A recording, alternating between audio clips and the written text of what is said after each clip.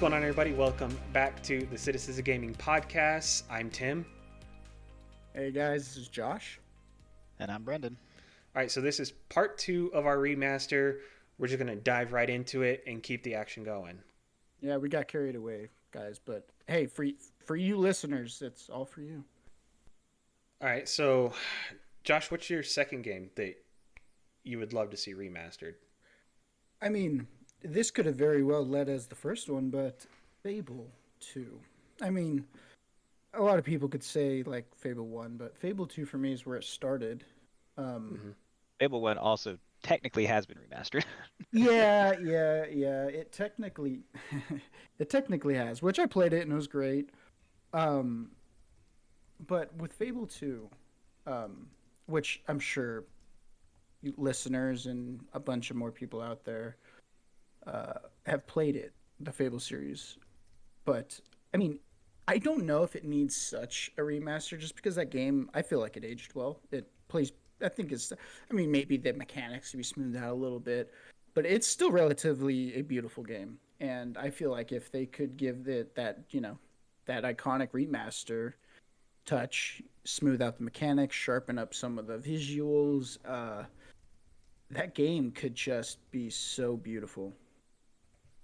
That for sure would have to be kind of like my close second to a remaster I would love to see. I absolutely... Go ahead, Brendan. I mean, I was to say I agree, and honestly, I think most of that game really just needs visual touch-ups more than anything. Because as much as I enjoy that game, I do remember that game dropping frames a lot. Like it definitely had a bit of a frame rate issue and just some overall performance issues. But other than that, yeah, I agree. The game still holds up pretty darn well, and I definitely would not mind it being remastered with all of its content together. I mean, if people don't know, it came out October 21st of 2008, Fable 2. And, back then when that came out, I had never played anything like it. And it's like Tim, you were mentioning earlier with the hilarious outlandish dialogue. Fable 2 is absolutely riddled with that. And it is the... What's up? So was it Fable 2 that had those little gnomes that you had to find and they would talk shit to you? Well, no. Fable 3 had the Fable 3 had the gnomes. Okay. Fable 2 had the gargoyles. Remember? That's what it was. The gargoyles. High places. Yep. Yeah. And the doors. Yep, and the talking doors, which actually talking about those, that was like I was saying earlier about that little the assassin's blade coming out. Those doors were the most unique thing. Yep. Watching them materialize and stretch out of from flat to fully like realized in 3D. I guess is the best way to put it. But that game was such a gem to me and such a hilarious, like, you could have a bad day and, come back from school back in the day and play that game and just laugh because it was so outlandish. Even, I mean, come on, what games let you put on dresses or just make your guy look totally ridiculous just for the laugh of it? I mean, I specifically remember, one of my favorite things is there was an STD tracker in the game system. Yep. It was I about died when I saw that. And not only that, but with the STD tracker, the hilarity of having multiple wives and them stumbling upon each other in the same city. No game ever utilized the realism of just the world it's around us. It was so amazing, and its visuals still hold up. It's like, being in Bowerstone, and it's just, if they did remaster that game could be something else. I think Fable's another one of those games that really wouldn't be super difficult for them to remaster because it wasn't another, like, they were really pushing the envelope to hit that realistic graphics look. It was kind of like cartoony and... Yeah, they really stylized it. It was not... So they would just clean it up, make it look a little bit better, I don't think it would take very much effort to bring that game to today's standards at all. Not at all. And then, like Brendan mentioned earlier, the biggest issue that game had was frame rate dropping. Because, like, Mm-hmm. when you would get into those, and let's say the There was biggest more than like 8 people on the screen. dude, if you got surrounded by quite a few enemies and you were trying to do those massive power attacks, or you smash your lightning into the ground or your fire into the ground, like the game's frames would suffer so badly. Yeah, it wouldn't crash, but it would definitely like noticeably slow down, and not Yeah. on purpose. It was No. not Yeah. like a purposeful effect. It was very much like, oh, this game is struggling right now. Yeah, I mean, even with the hilarity of the ragdoll effects, that game utilized your guy being tossed by a bigger enemy and ragdolling across the ground. It's some of that. It's such a gem in the video game world, honestly. Yeah, I mean, maybe we will get. I mean, I don't know if we'll get a full remaster, but I guess it's more possible now since we got the new one, the reboot, I guess, coming out sometime. Have not narrowed that Sometime. down yet. Oh, and I about shit bricks when I saw them announce that. I've Yeah. always wanted them to. I mean, because a lot of people don't know that Lionhead Studios, the studio behind the Fable series, uh, kind of just went in a strange direction after Fable 2, and Yeah. took out so many mechanics when it came to Fable 3, and it was such a disappointment for me. I mean, I enjoyed Fable 3, but I don't know what they were thinking. They just went they went estrange and just went left field with everything. Well, I mean, Fable 3, I mean, was not as good as Fable 2, but it was very similar, and I don't think that was the problem. I think the problem was after Fable 3.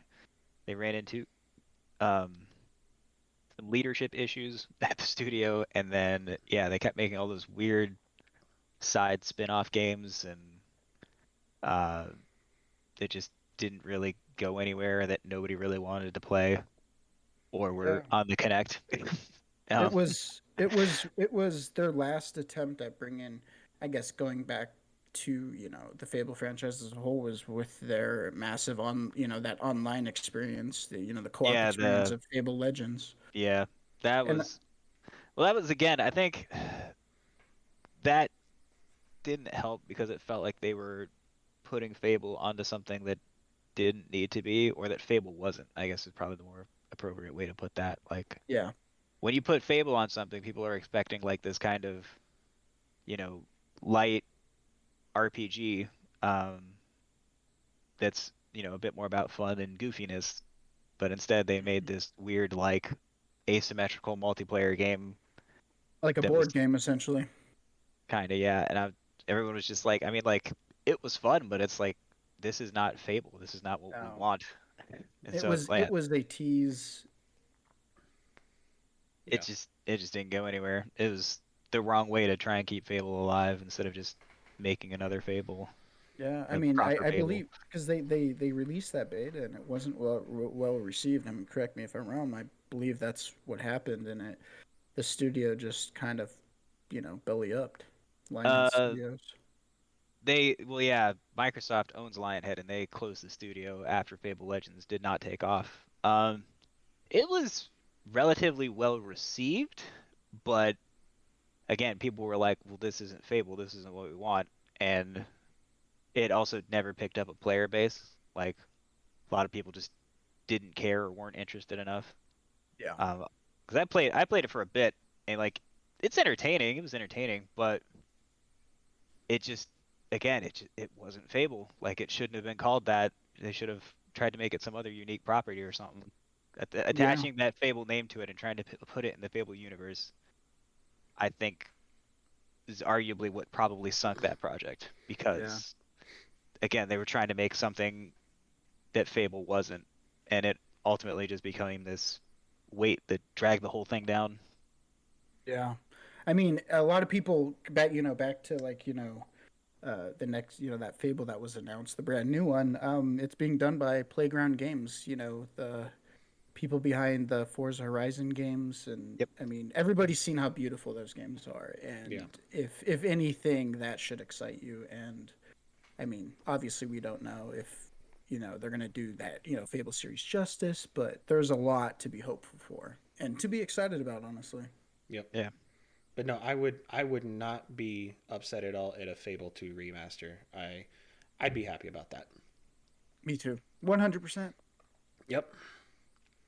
What So about you, Brandon? I mean, what's your close second to Uh, remasters? well, the next one I came up with was Dragon Age Origins, and those who don't know, it came out 2009. Uh, Made by BioWare, published by EA. Came out originally on the PS3, 360, and PC. Um, Dragon Age Origins is a dark fantasy, like kind of hardcore RPG, uh, set in a world where um, the well, I guess the story is essentially that you these evil demons, for lack of a better word, they're called Darkspawn, come up from under the earth every period of time. And so this is them resurging back onto uh, the mortal realm. And um, so you end up becoming a Grey Warden, which are fighters of the Darkspawn, and you need to send them back or stop them. Um, what is unique about Dragon Age um, was that you picked a gender, and then you picked a race, and you picked a class.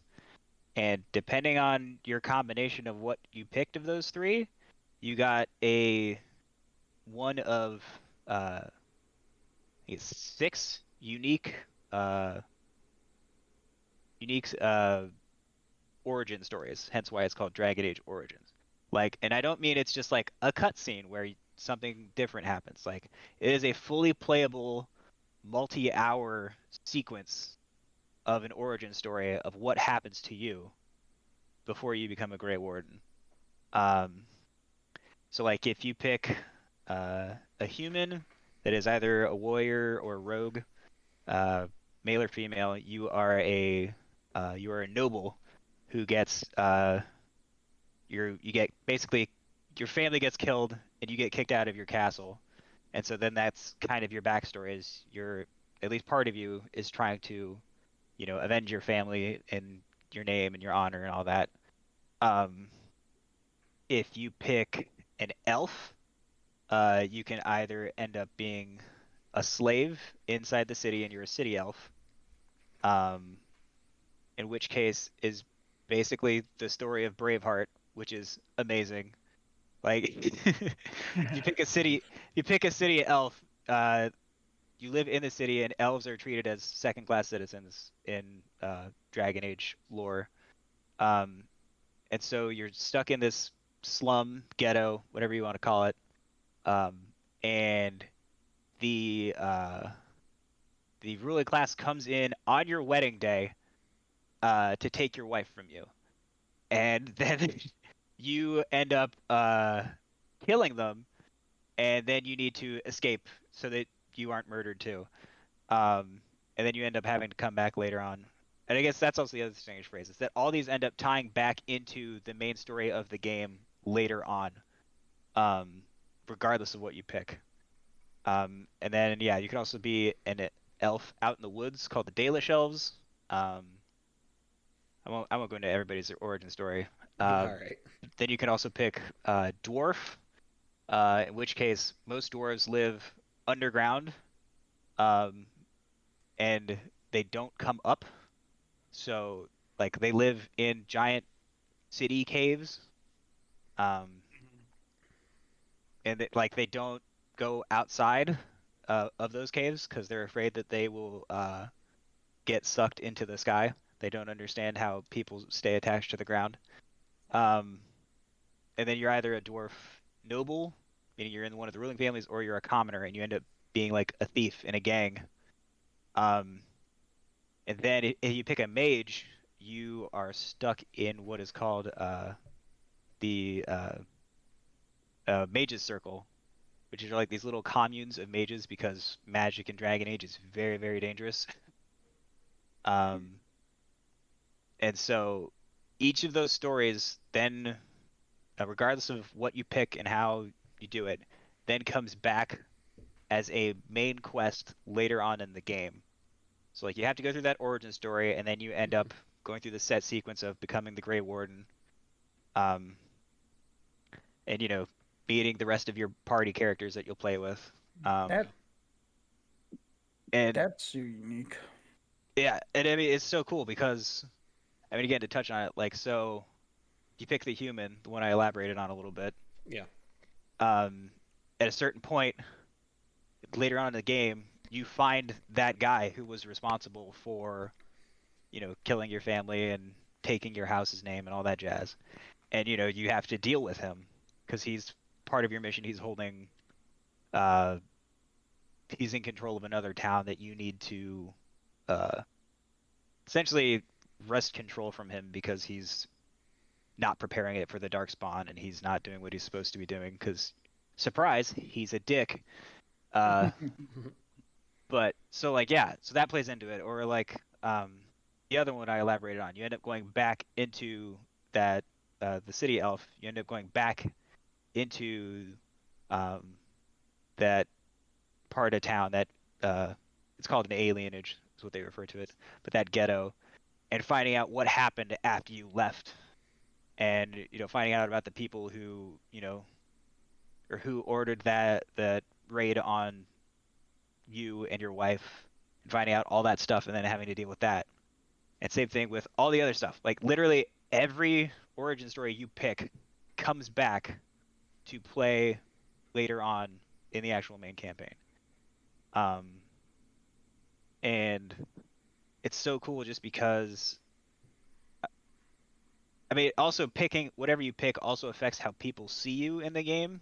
Like I said, mages are mostly feared throughout Dragon Age because of their power, and they can be turned and manipulated into monsters. So that's why people are afraid of them.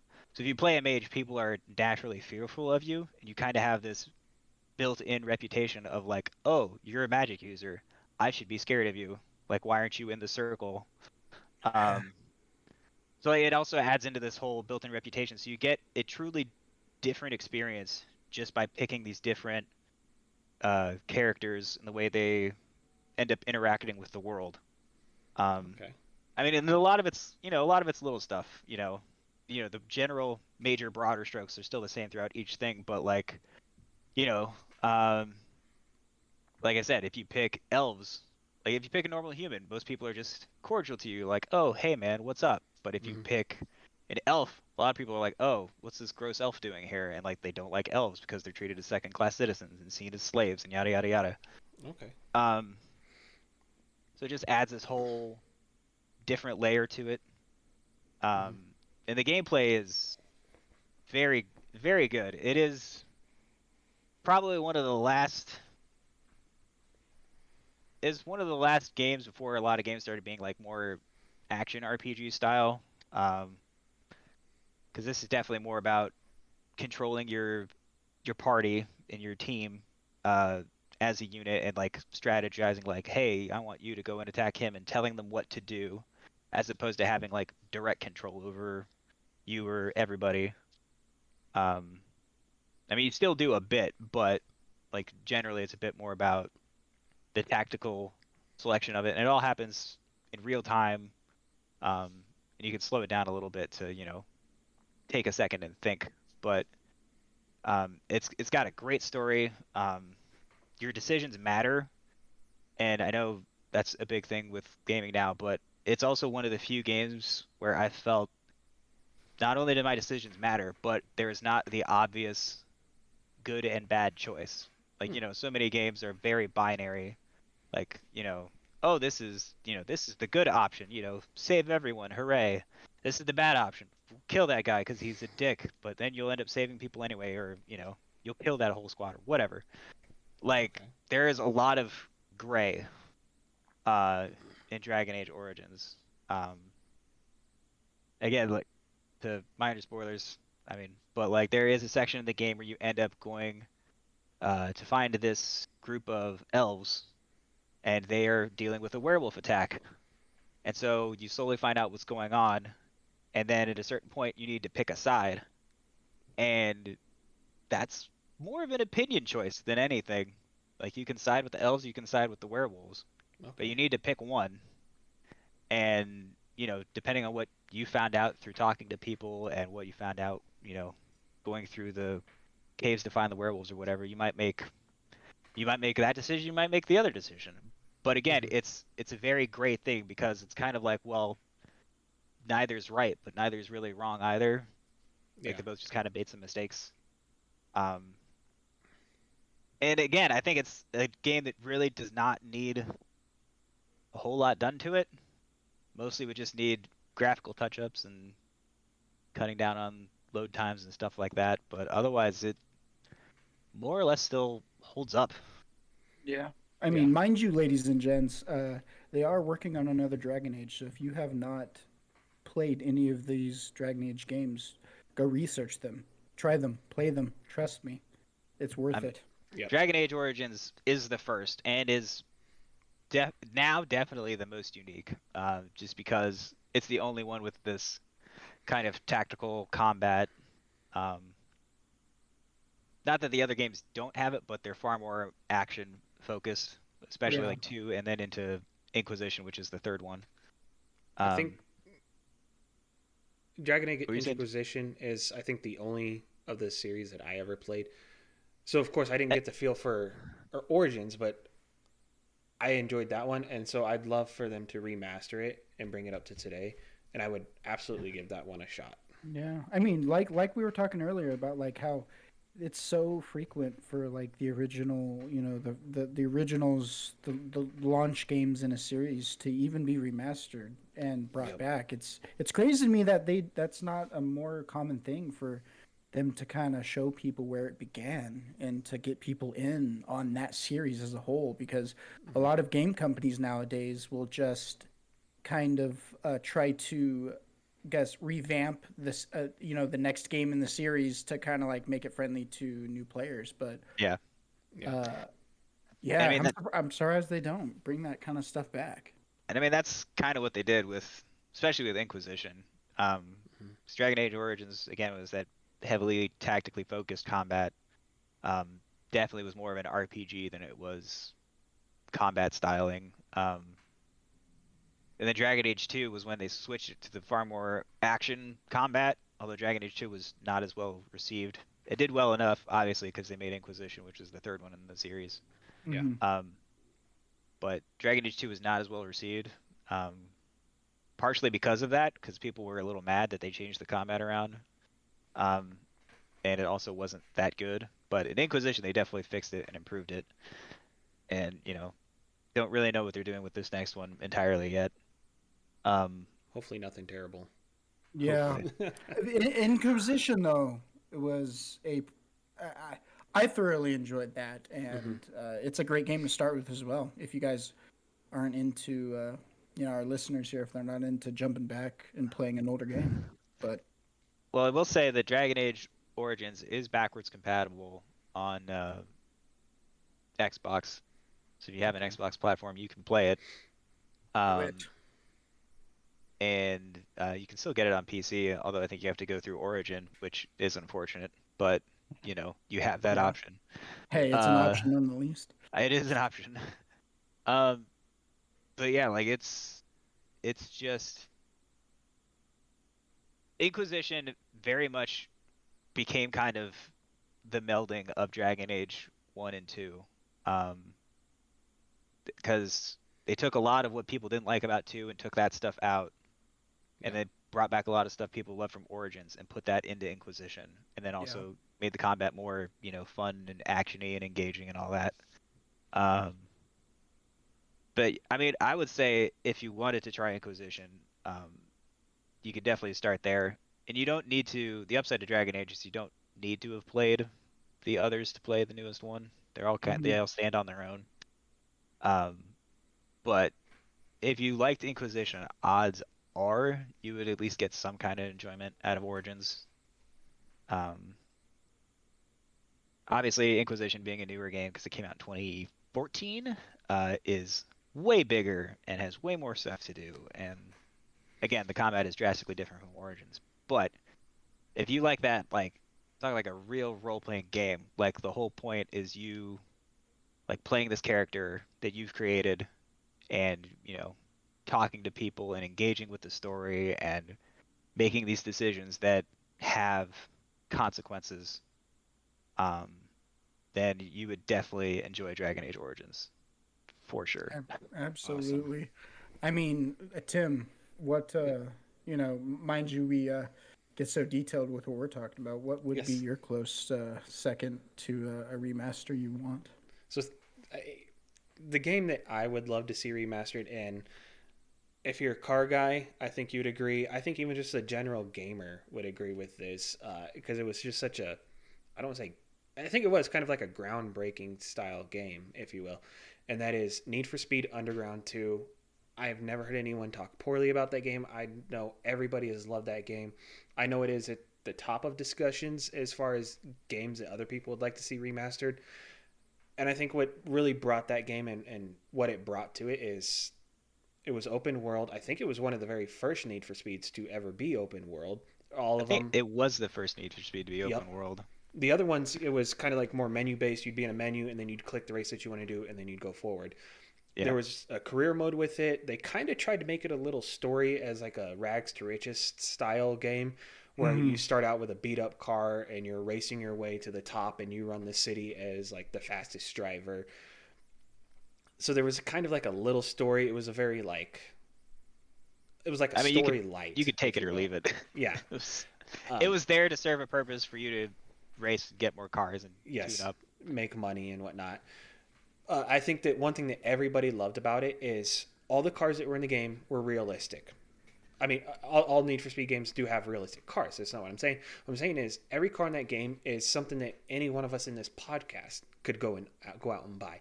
They weren't, Ferraris, Lamborghinis, Bentleys. They were true cars. They were cars that anyone could go buy. They were so that's one thing I think that really drew a lot of people in. And then the car customization was absolutely insane. There was so much you could do. They brought in SUVs, and you could put hydraulics on SUVs, and you could flip the switches on the hydro and bounce your way down the damn highway. It had outlandish graphics that you could throw on the side of the car. Had neons. You could put nitrous on your vehicles, turbos, superchargers. It was almost for a game that was released in 2004. It was almost endless as to what you could do. It's so Yeah, and it was I should back up a little bit. It was released by EA. Um, I just that game to me was like the iconic street racing game, and I there's just so much that I could say about this game that I would love for it to come back.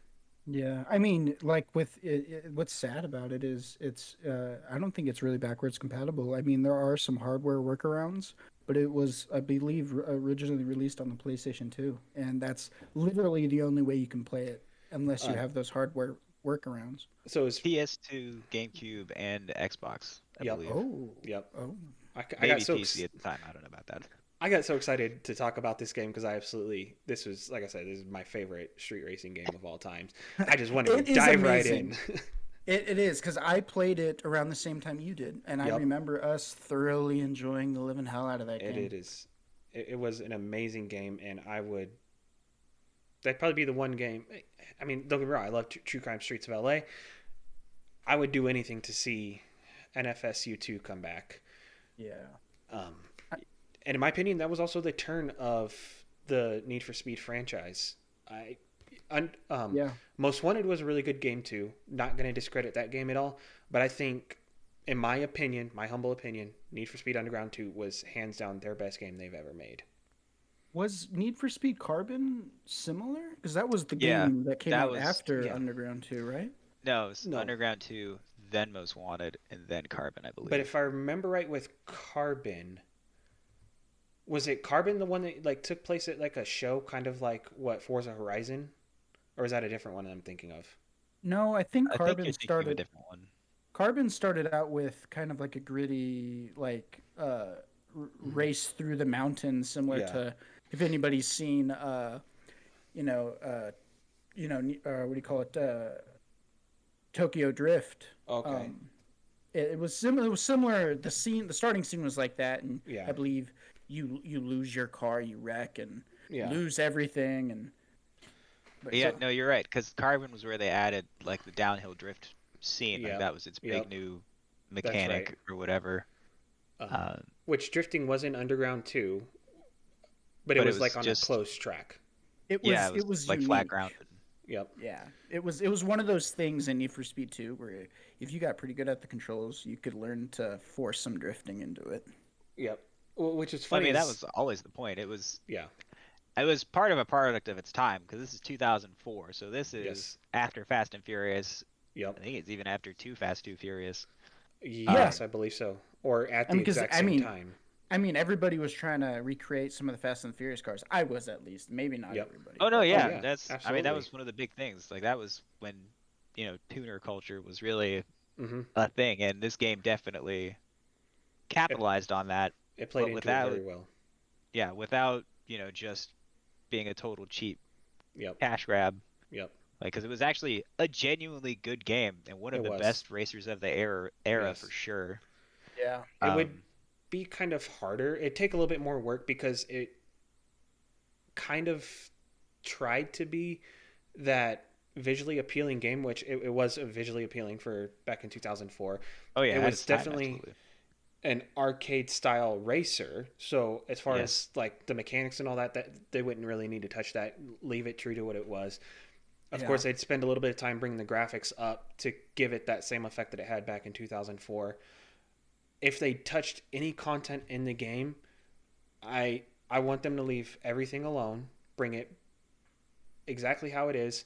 If they brought in new cars, cool, but I want it to stay true to what it is. I don't want to see Porsches and Lamborghinis and Ferraris in that game. It was a yeah, tuner game, it was a street racing game. If you're going to bring in new cars, cool. Just make sure that it fits the build of what that yeah. game originally was. Otherwise, That just leave it alone, clean up graphics, let's play. that game, if like you said, it would so flourish if they really focused on just the graphics Yep. and brought it back. Whew, could you imagine? It would be I think it'd be a beautiful game today. I mean, especially on these next gens. Yeah, There's so one much that hundred they percent. Yeah, there's so much that they could do graphically with it. And that's I don't that's the one thing I itch for more. So ever mm-hmm. since I've played that game, or even like Midnight Club LA, is we don't. I mean, maybe we're a dying breed, right? Maybe we Yep. are. I would Yep. hope we're not, but those games just hit different, and They I do. wish they would bring stuff like that back. I And mean, it's sad that there aren't a lot of arcade racers around anymore. I mean, actually, there no. aren't a ton of. No, I shouldn't say there are plenty of racing games around, but Yeah, a lot more of it turned into, simulators. yeah, harder simulators and more realistic. There are still Mm-hmm. those games out there that are arcadey or, Yeah. let you go to both sides of it, like Yep. Forza and Forza Horizon do. Even Um, Forza Horizon's trying to tiptoe that line of being the simulator They racing. well, I mean, they you can you know do what they both. have? Like Yeah. you They have can, that is one of the great things about Forza Horizon. It basically Yeah. lets you play it the way you want to. Like, do you want that kind of high speed Right. action, fun arcadey racer? Then you just need to have these certain settings on, and it'll more or less play like that. Right. yeah Do you want that hardcore sim? Then make sure all these settings are off, and it'll Mm-hmm. play like that. I mean, Yeah. so it is a niche that is being somewhat catered to, but Yeah. definitely not as much as it used to. Like not fully realized. that mid 2000s was Mm-hmm. probably the golden era for The arcade sh- racing games. the street I mean that racing. literally. Like Yeah. the amount of arcade races that came out in that time frame is insane. Yes. I Absolutely. mean, it just shows how much it's changing. I mean, look at the Fast and the Furious movies. Look Yep. where they've gone. I mean, Let's not even get into that. that's not even it's about family. Okay, guys, it's about Okay. family. I Family. mean, All right. So I think the very last game and we're not even going to talk about it. I'm just gonna say it. We're gonna It's get a gonna good name laugh drop out it. of it, and then we're gonna press on. The very last game that at least me and Brendan would love to see remastered, is Rockstar's Table Tennis. We're done. Yeah, I've never played, but I remember you guys playing that. it was it was just a fun game. It it was. It really. I mean, I mean, it sounds like a reductive description when I say that it was just table tennis as a video Yep. game, but that's really what Yes. it was. Like it was Yes. one. It was just like a hardcore table tennis kind of simulator in game, and Absolutely. it's so much fun. Yes. Agreed. Yeah. Guys, listeners, do yourselves a favor and check out all these games we've been talking about, because I'm telling you, a lot of people are sleeping on these games. I mean, if you have the options to even jump back on some older hardware to give these games a shot, please do so. At least watch YouTube videos on them. Just see what we're talking Exactly. about. At least, I mean, hey, that's what YouTube's known for, is Yep. having all that kind of content. Yep. Absolutely.